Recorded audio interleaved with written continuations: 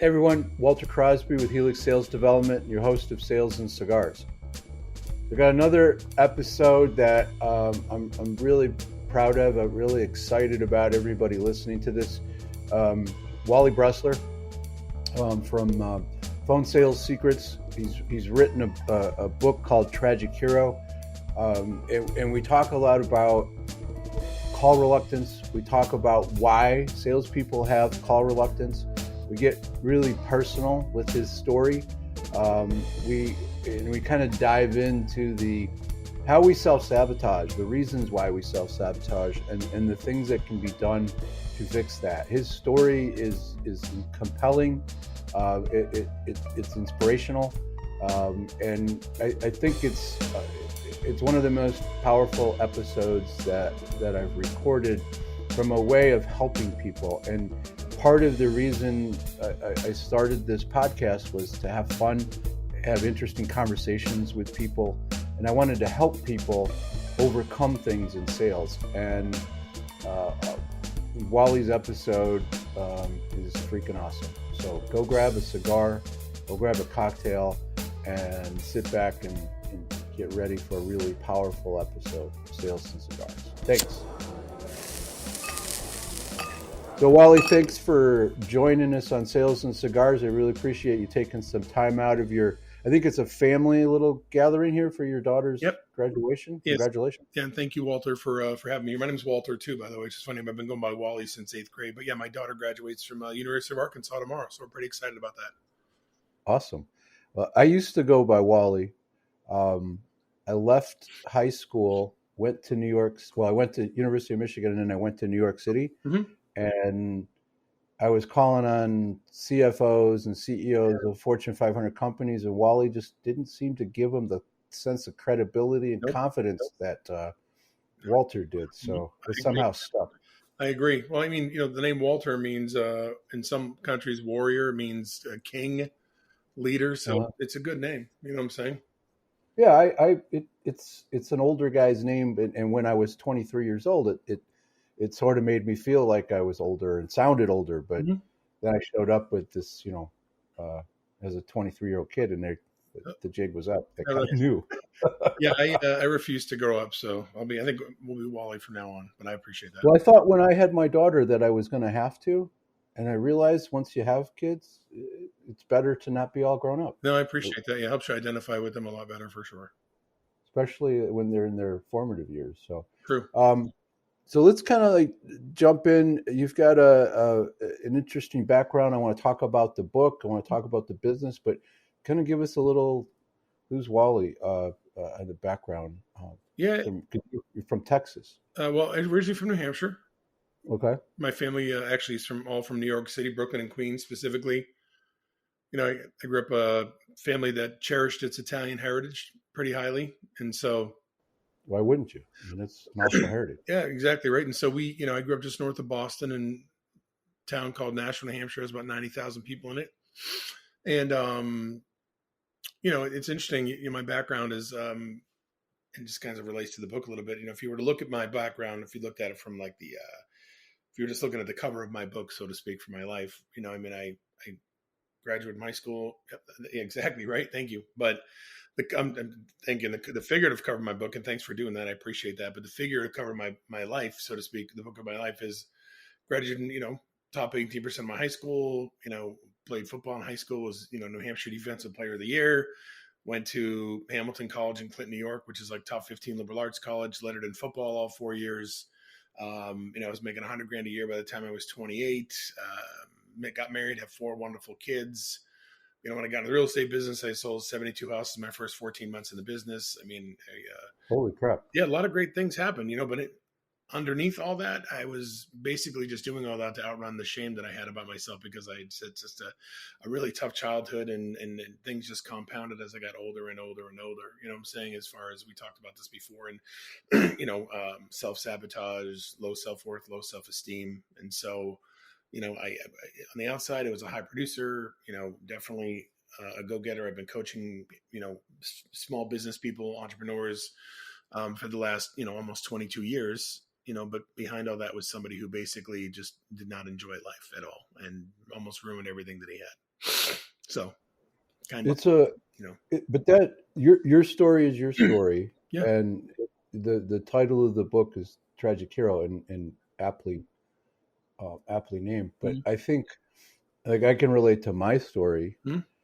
and I came from a blue collar family. It was the everybody had dinner together, and it was all great.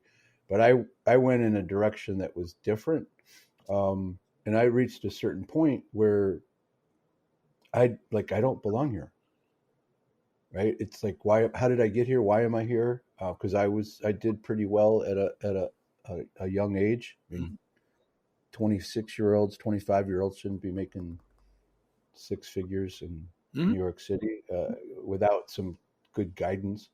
So there's some bad choices that were made, and I've struggled through various um, challenges in my life, but it was all I would once I learned that my brain is like trying to protect me, Yep.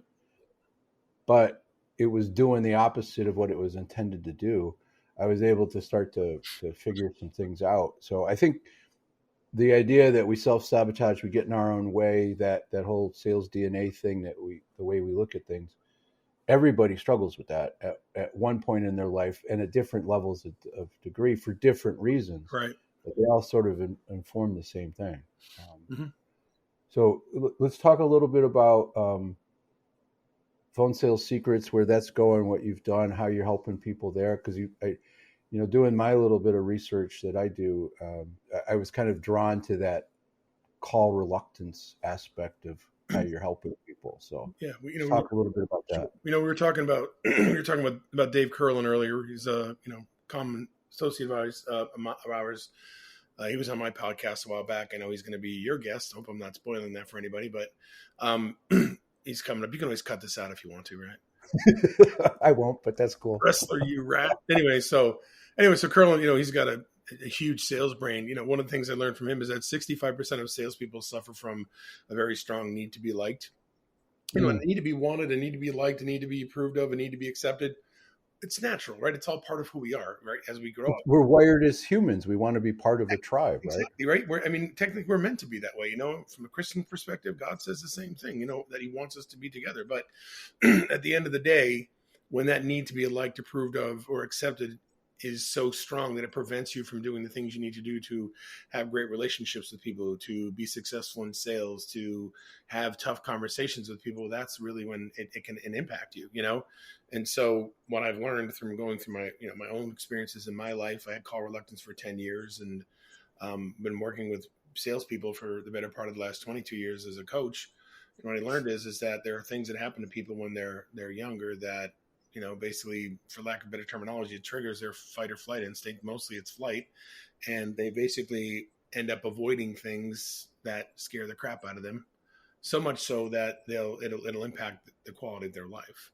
Right. Mm-hmm. And so, and it comes down to lack of self-worth, low self-esteem, imposter syndrome is big in sales, strong need for approval, strong need for acceptance, which leads to that fear of rejection, leads to procrastination, leads to perfectionism, right? And so Ultimately, failure. literally, yeah, because it's not. And the thing is, it's weird because most people don't know where it comes from. They're like, hey, I hate making cold calls, or I hate when people call me, or I don't want to bother them, or they're not going to want what I have, or they're probably already working with somebody else, or the other myriad of excuses that come up. But really what it comes down, Exactly. yeah, but really what it comes down to is that their fear of being judged, not being liked, not be accepted, rejection is so strong that they've convinced themselves that either they can't do it or they don't want to do it. But what I've learned is that through neuroplasticity and the ability to rewire our brain, we can actually make all that stuff from the past stay in the past and change the way we feel about ourselves, and ultimately be comfortable with getting on the phone with people. And then that's where your life changes as a salesperson. And it's interesting, I want to say it's April 30th of 1993, 95. So it's like April, I think it's April 30th, 1993. The internet became available to the public, right? So a long time ago. But what happens is like, oh, you're never going to go to another store. You're going to buy everything online, cars, boats, houses, and certain industries got hammered by that, right? Insurance, legal, travel, obliterated by the online industry, right? But real estate, you can conduct some real estate online, like Airbnb, has made $1 billion business out of it. But buying and selling houses, cars, even, certainly complex sales, that still requires a relationship. And the only way you can really build a strong relationship with somebody is to get on the phone and talk to them and meet with them, right? And 100%. yeah, people are so excited. Oh, I've got this great funnel that drives all these people to my website where they can sign up for something. But you know what? You got to get them the last 5 yards into the end zone, which means you got to talk to them, right? And so So I listened to something this morning from Alex Hermosi, which is kind of talking about the same thing you are. You got to be able to advertise and market and get that out there. mhm, You have to be able to sell. That's the second skill that you really need, is to be able to do exactly what you're describing. mhm, Get over the hump and get there, and then actually create that relationship, build a rapport, figure out if they need what you need, if you can help them, and then mhm. close the sale. Well, yeah, There's so many barriers. well, and to your point, my goal here is to be a beacon of hope for people who are in sales. Because the majority of people who get into sales because of the upside that it provides. I've got a buddy who's like a top earner with EXP out of Dallas. His name is Cliff Freeman. And he says he calls them the three freedoms: time freedom, location freedom, and money freedom, right? And sales is Mhm. probably one of the few businesses that gives you that opportunity to create that for yourself. And so people are excited about that. But when you have these limiting beliefs, I call them hidden identities. These identities about who you think you are and what you can and can't do. You don't necessarily know what they are, but they impede you. Yeah. When you have those, it impedes every part of the sales process, not just getting on the phone and talking with people, but discovery. Being willing to ask tough questions to make sure you're spending the right time with the right people. Asking for the order. Handling objections, making follow-up phone calls, all the things that are necessary in building a successful, sales career. Mhm. Call reluctance, it transfers over into many other aspects of the job. I mean, you've probably seen this in the people you train. Some people are so excited to get an appointment with somebody that they don't do the right amount of discovery, or somebody says they're interested and then they're following up with those people, but then they find out that they've had the ladder up against the wrong wall the whole time, and that person either was never going to buy or wasn't a good prospect at all. Yeah, it's one of the things that I use and train around baseline selling, right? One of Curlin's books, Mm-hmm. and it and there's a great analogy of illustration, right? It all flows around a baseball diamond, right? Because Yep. Dave was Mm-hmm. a baseball guy, or is a baseball guy. And what most people do, what you just described, is they get excited because they got a meeting and they start to pitch right away. They start to go right to a proposal and presentation. Drives me. Instead of going around the bases, they cut across the middle of the field and go right to the end, Mm-hmm. to third base, and they've missed the opportunity to really understand the customer, understand their needs, understand if you can help them, Mm-hmm. and develop all of those elements, compelling reasons, right? The whole doing. Do they have the resources to work with you? Mm-hmm. And it's we get so excited because we're afraid to make the call. We get a live one and we screw those up, um, as because of that. That need to be liked, the fear of talking about money, right? It's another thing. That's a big one. Part of the That's right? a big one. Yeah, and being emotionally engaged in that that sale. If they get too into it, Mm-hmm. they get tied to it. You really need to be back a few steps and be objective and be looking at this Mm-hmm. as a fly on the wall and not care, which is hard to do. And Yeah. that. So when you talk about rewiring somebody's brain, um, is that if somebody signs up for your course, is that part of what you're helping them, is to go back and look at Mm-hmm. all the crap we were taught as kids? Don't talk to strangers. Don't Mm-hmm. don't talk to people about money. Listen. It's rude to ask people a lot of questions. All the stuff we ask salespeople to do, we were told not to do it. Mm-hmm. Yep, that's certainly part of it. The other part of it is, the first step in the process is awareness, right? Is understanding why why it's happening. Where is it coming from? It's trauma, emotional abuse, physical abuse, sexual abuse, near death experiences, having somebody who you love die at a young age. Being bullied is a huge, huge one. Mm-hmm. Bullying, self-worth, perfectionism, wanting to be accepted by other people, creating belief systems about things. Like you look at something and, I'll give you an example. Like I grew up poor. I didn't know I was poor, but I looked at the clothes the other kids had. I looked what I had, what I'm saying? I looked at the other kids' lunches and I looked at my lunch, what I'm saying? And I commit, I had a poverty consciousness, it's what caused me to blow through $5 million in the last, 30 years or so, And then lastly is stuff your parents do to screw you up. What I'm saying? You have alcoholic parents, or parents get divorced and they don't manage things, or they yell at you, or, strangely enough, this one I discovered recently, which not last several months, Walter, I think you'll appreciate this. One of the bigger causes of call reluctance are people whose parents never fought in front of them, who never taught them how to deal with conflict, how to deal with, a potential confrontation, right? Your parents never taught you how to deal with that. And so you get out into the world and somebody leans on you and you're like, holy cow, right? I mean, there's lots of people who get in a relationship with somebody because they think that person is, like we all do, like their mom and dad. And then the next thing you know, this person gives them feedback or says, hey, listen, I really would appreciate if you didn't do that. And they're like, and so they don't want to go and be hurt or hurt anybody else's feelings, And so anyway, no, but that's an interesting point, right? Because I'm just kind of relating that to my world, right? I know people who grew up in the big Italian families or big Jewish families, right, where there's lots of yelling at the dinner table and back and always. forth, but everybody at that table would go to the mat for anybody else at the table, right?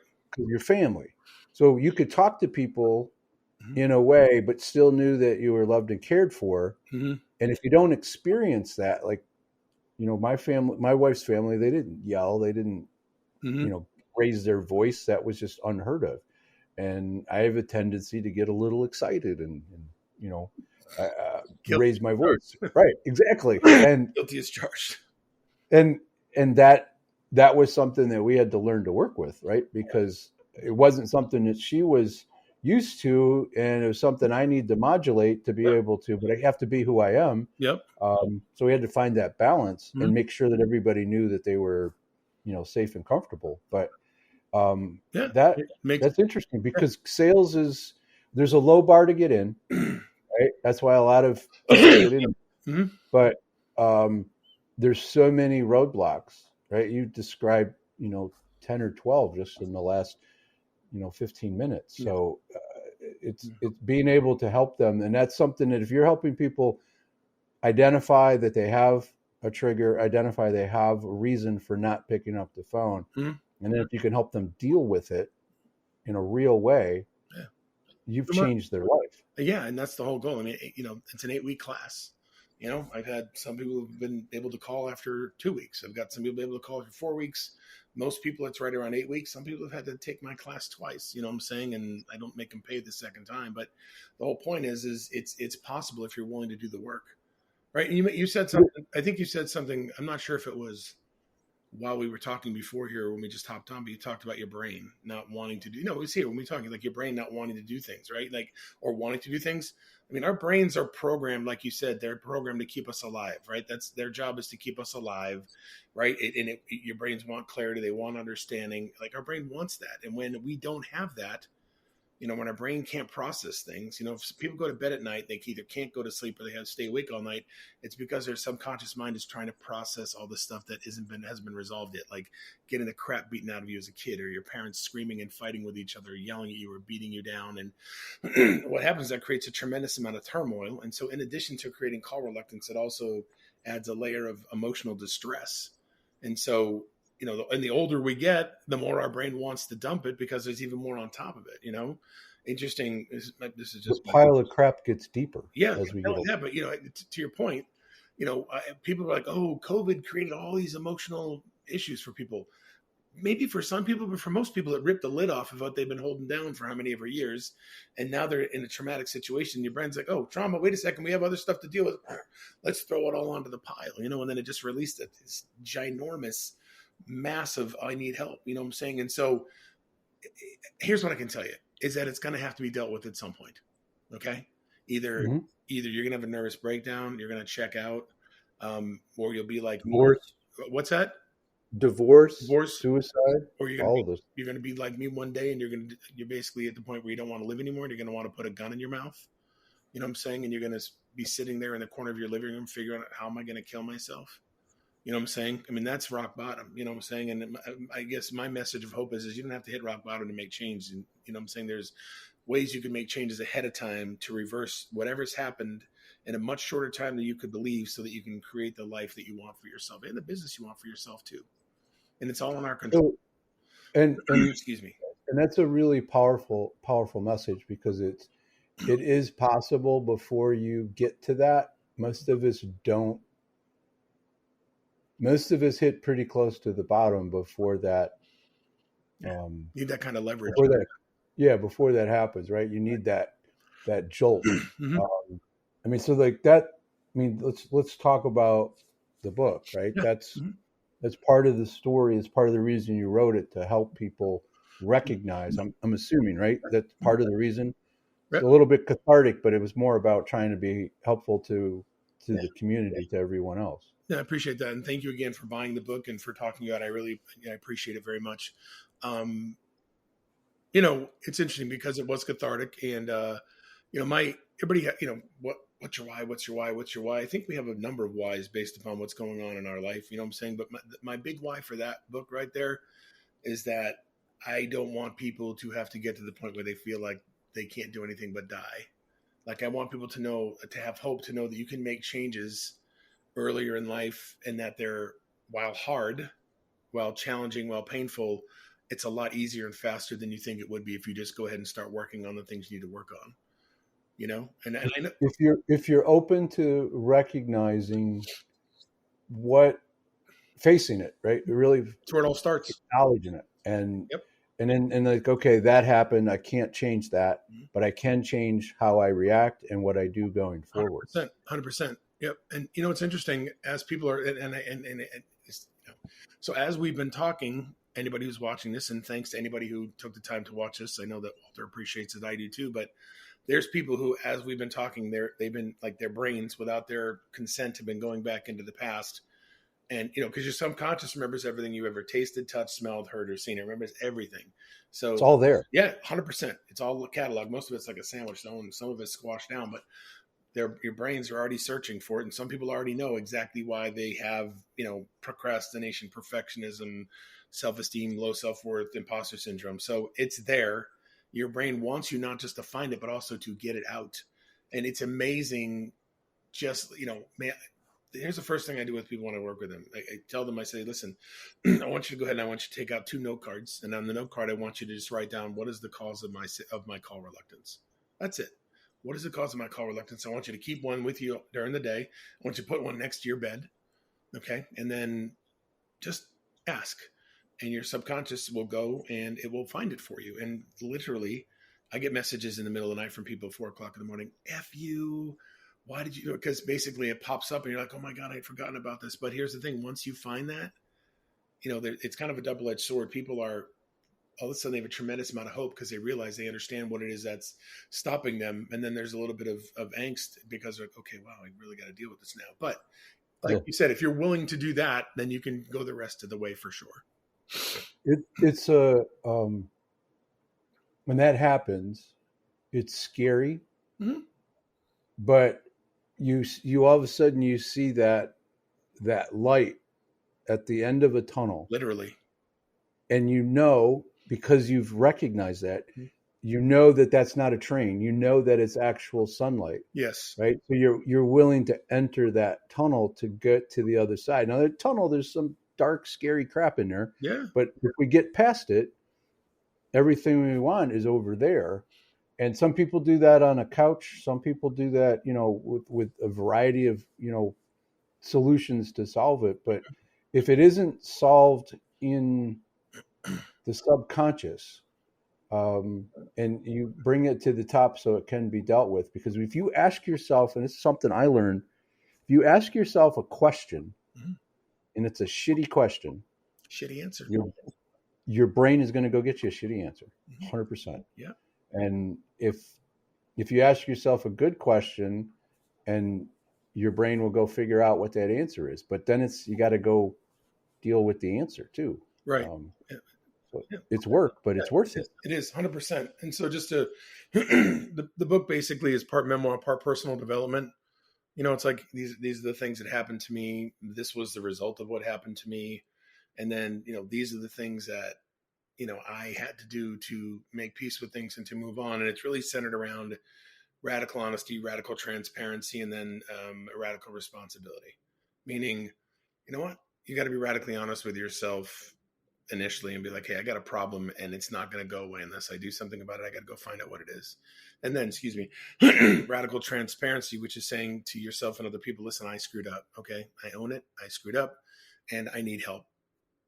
And for me, it was tough because I had been a life and business coach for 20 years at the time, 19 years at the time. I'd helped people build $1 million businesses, save their marriages, save lives, all kinds of stuff, overcome trauma. And I couldn't do it for myself because we really can't be our own coach and therapist.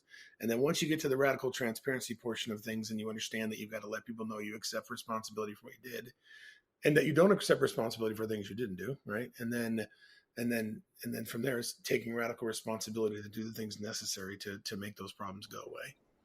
Right? Yep. The same thing. I just want to add one thing. I'm sorry.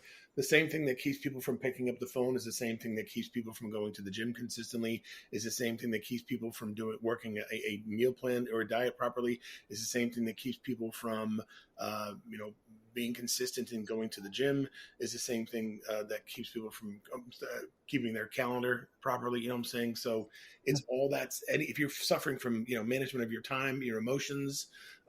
People have these vision boards, but they have dust all over them. They have these elaborate, like you've seen goals that are 40 pages thick with colors and if this, then that, and they just sit there and collect dust, and it's all the same reason. It's that same challenge. Yeah, because of the fear, because of the work, and because they don't really understand what it is that they need to do. And from a sales perspective, getting somebody to agree to do the metrics and the KPIs, the activities and behaviors that they need to do, it's all wrapped up in the sales DNA, what's going on in our head. If we don't tie those to a why, right? If you want, like that salesperson wants to buy a house, or that salesperson wants to get out of debt, or that salesperson wants to pay for their kids' education, whatever that is, if they don't have that tied to like, I need to do these activities and behaviors every day, every week, I'm not going to get that, right? That gives them some leverage. It might not be enough, but it gives them leverage that they may not have had in the past. And it may help them go a little deeper to start to understand what's really holding them back. I think that's a journey that's worth taking. May I share a quick story about that, please? Absolutely. So I learned a lesson from my son, actually. So, when you go to prison and you don't see your kids for a year and their life goes through tons of upheaval, you can imagine it has a huge impact on them, And, my son had gone through being bullied at school and some other tough times, but, being my only male child, it was, I think, a little tougher on him because I'm his dad. But, I remember when I started my company a few years ago, I said, hey, Alex, why don't you sit with me and let's figure out some goals for you to do what you need to do, because he's been my assistant for a while. He's getting his real estate license, and I gave him a piece of paper and a pencil. I said, hey, I want you to go ahead. I want you to write down 10 things that you want to accomplish in life. And he sat there for an hour and he couldn't come up with one thing. And I couldn't figure out. Wow. I couldn't figure out for the life of me why he wasn't able to do it, because we had talked about him wanting to, get a house back up in New Hampshire where we were from, and he loves steak and going to a place like Peter Luger's. And so I remember I was talking with a friend of mine who's a imposter syndrome expert, works with CEOs around the world, and what we came up with was that when we are so focused on running away from pain and avoiding the things that create pain for us, and just trying to just deal with the stuff we haven't dealt with, there's literally no space in our brain to come up with a why. Like we can't, it's hard. If I'm focusing on avoiding pain and just trying to get through every day and numbing and all that other stuff, then I have no time, no emotional space, no bandwidth to think about what I want and get excited about what I want. And also I don't think I'm worth it or believe it. So I'm not even going to come up with it. Does that make sense? 100%. Right. I can relate exactly to what you're talking about and where he was, because it was it's a hard place to get past, and you can't get there unless you Right. face those fears. Right. And that's why people are like, what's my why? What's my why? What's my why? Well, you want to find out what your why is? Make some space. Start working on clearing your brain and then open up, like, let's little crack a light. We'll start letting those things. And I've had people say that, hey, I'm thinking about things today that I haven't thought about in 20 years. Because we've pressed the pressure release valve, and that pressure's out, and now it's making room for, oh my God, I can have that. Not only do I want that, but I really believe I can have it now. And then, And we do that to ourselves, of course, right? we don't know any better, though. We don't know any better. External factors, but we're what I learned from a doctor that your brain is trying to help you Always. and I remember I'll never forget the moment I looked at her. I was like, but it's not. And she said, no, it's not, and that's why we're trying to figure this out. And I'm like, well, all right, I get it now. So how do I get the hell out of that, because that's just wrong.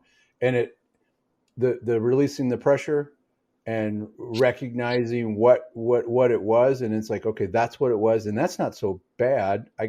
I'm here. I can move forward from that. I mean, it's facing it, and I think it's hard to do on your own. No, you can't. My personal opinion is you have to do the work. I mean, it's up to you to do the work, but you need somebody to guide you. You need external inputs. You need external thought processes. Krista Neff, who's an expert on self-compassion, she talks about um, self-isolation versus common humanity, meaning we isolate ourselves and then we're stuck with only one thought process, and that's the wrong person's thought process, stinking thinking, as Zig they're called it. But in common humanity, when we get around other people who have gone through what we've gone through, we get that sense, number one, that we're not the only one going through it, but also it gives us hope, and we can get other people's input to process what we're going through, and maybe gets us a little further down the road than if we'd tried to figure it out ourselves, because in most cases, we're not going to come up with the answer. No, because we're chasing our tail, and Quickly, regularly, yeah. And then that little circle gets smaller and smaller, and then we just can't move. Truth. Right? Yep. Stuck. 100%. So if someone is, if you're stuck not being able to make those calls, and you recognize that you don't know why, but you're stuck with that reluctance, tell people how they get to your class. What's the best way to reach out?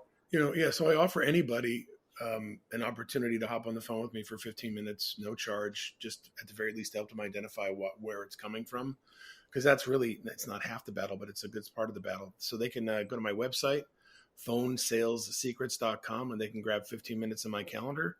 And then, if you want, you can go to my Facebook page. It's Phone Sales Secrets, and Facebook. You can become a member there, and you can get in contact with me through that too. So either my webpage, phonesalessecrets.com, or go into Facebook and asking to join my group, and then we can connect through there. And there's lots of free resources on my website, as well as in that group as well. So we'll have all those in the show notes, and really appreciate that. And appreciate you. This is a little deeper conversation than I normally have, but honestly, I was looking forward to this, because it really helps. The goal of this whole podcast thing came from, I wanted to have fun, having conversations with interesting people, right? So this was fun, and you're an interesting guy. Thank you. But we also want to help people. Was the other impetus for this, and I don't know. I think we hit all of those really hard. Thank you. And I truly appreciate it. So, I like to land in this one spot. Do you have a relationship with cigars, Wally? I do, yeah. There was a point before I got married, and even after I got married, when I had a humidor at my house, and then we got kids, and it was pretty much verboten to smoke cigars around the house or anything like that. But we were talking before. I got a buddy from high school who owns 4 cigar shops around New Hampshire called Castro's Back Room, and so it was always fun to just go sit down, and I'd ask Eric, what are you recommending today, and he would tell me, and he'd always have a cigar in his mouth. I'm saying, it didn't matter when you walked in. But yeah, like I said before, I like a good Maganudo. Monte Cristo, like a punch every once in a while, Romeo and Juliet. I mean, I like them all. Like saying, I just, I don't smoke as much as I used to, but I do love, there's a bunch, I don't know if you know much about it. It's different everywhere, but here in like the DFW area where I live, there's small smoke shops all over the place. You know what I'm saying? Mm-hmm. And most of them are set up the same way you walk in. They all have memberships, so they have the outer room that looks like a living room, and then if you want to pay extra money, you can go into the back room where they have drinks and all kinds of stuff, and there's a TV on. Just grab a cigar and sit down and talk and have a good time, and then you bring your own liquor. You know what I'm saying? If you want to drink, and it's just fun. So I like to sit down over a good cigar and just relax, watch a little TV, and hang out with somebody. For me, it's just a great opportunity to sit and just chat with somebody. Well, what I found, and you tell me if I'm wrong, but it doesn't matter where I go. Like if I'm traveling for business, I'll like find out where the cigar shop is, like your buddy's place, and I try to land there, and it doesn't matter where it is, Podunk, America or big city. You can walk into that place, grab a cigar, go sit down, and you can engage with anybody in that room about anything. 100%. Right? You've got at least one thing in common, and and that usually brings people together. They're relaxed, and you can share. And I don't know. I've had some interesting conversations from Vegas to little podunk town in Pennsylvania where you make friends. It might just be in the moment, but sometimes they're more lasting. Yeah, for sure. It's in. Oh, did I interrupt you? I'm sorry. No. 9 times out of 10, there's usually some sort of sporting event on TV, right? So, for some, and some guys can't have their own man cave, you know what I'm saying, or they can't smoke at home. So it's almost like they can go there and sit down. Occasionally, you see some women in there too, but you smoke something, you sit down, you talk. It's kind of like you've stepped out of society, and you're in this place where you feel protected and safe. And the common denominator is everybody loves a cigar. There's cigar smoke in the air. Lots of guys have a rocks glass with some whiskey in it and just sit and chat, and it's kind of like it's like, you forget about life for a while, you know what I'm saying? So it's definitely. Yeah, it's like the song from Cheers, right? You've got some place where you're comfortable, safe, and everybody knows. You forget about life for a minute. We had that rule in my house. It was back, the friend who we talked about the podcast starting, like I had the conversation with him in Florida. We're smoking a couple of cigars and having some bourbon, and he's like, we should record these because we're saying a bunch of really smart stuff here, right? We're a little drunk, a little full of ourselves, but he was the impetus for getting me to start golfing. And my wife will say to this day, I started 2 bad habits in one summer: golf and cigars. There you go. But you know what? You were walking to offset the impact of the cigar. So technically, as one of them, so one of them it helps impact from the impact of the other. So that was my logic. But she's the one who no cigars in the house, and I agree. I didn't want cigars in the house either. So we have a big pole barn, and she's like, "Why don't you just build a room out there?" I'm like, "I love your wife." Really? And she's like, "Yeah, just build a room out there where you can hang out." And so that turned into the Blue Smoke Lounge. Is that where we are right now? It's where I am right now. By the way, the smoking jacket you have on, I just realized I'm looking at you. That's like a nice crushed velvet coat. Is that a smoking jacket? It is a smoking jacket. You don't mess around, Crosby. I like it. So you're talking. I'm like, that's not a bathrobe. I'm like, no, that's a smoking jacket. I love it. The bathrobe would be a little off. Maybe a little crazy, but smoking jacket appropriate, I think. So I don't wear it by myself. I wear it on the show. Yeah. And this was a place where buddies would come over and we have a glass of bourbon and a cigar and talk smart about whatever, solve the world's problems. But it was a place to kind of slip away for a minute.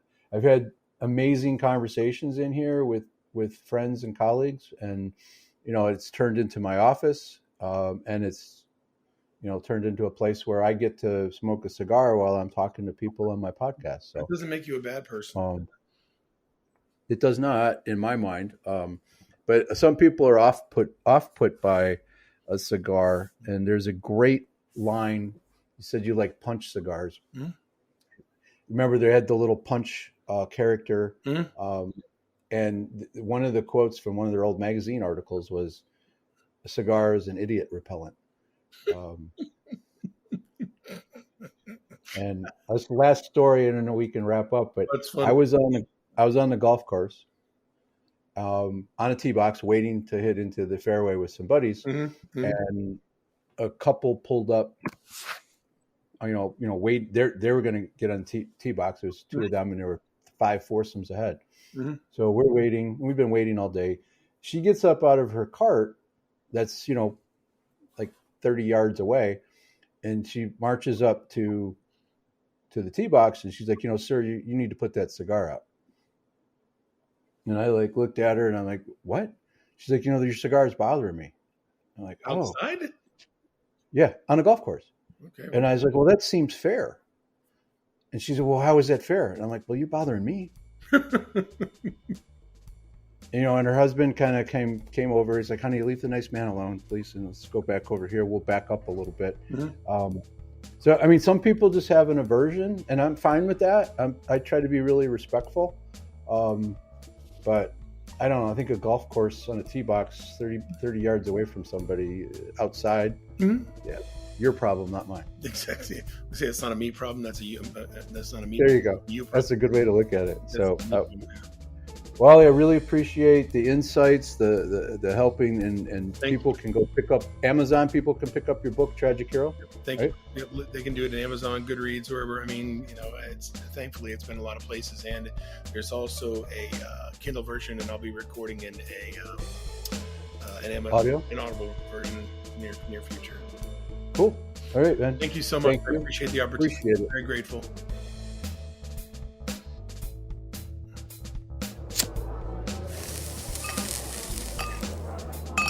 To get your copy of Walter Crosbys' new book, The 7 Critical Mistakes CEOs Make with Their Sales Organization That Stop the Company from Scaling, follow the link in the show notes or go to Amazon.com. Thank you for listening to Sales and Cigars with Walter Crosby of Helix Sales Development. For more on Sales and Cigars, remember to like, share, and subscribe. Sales and Cigars, produced by thepodcastproshop.com.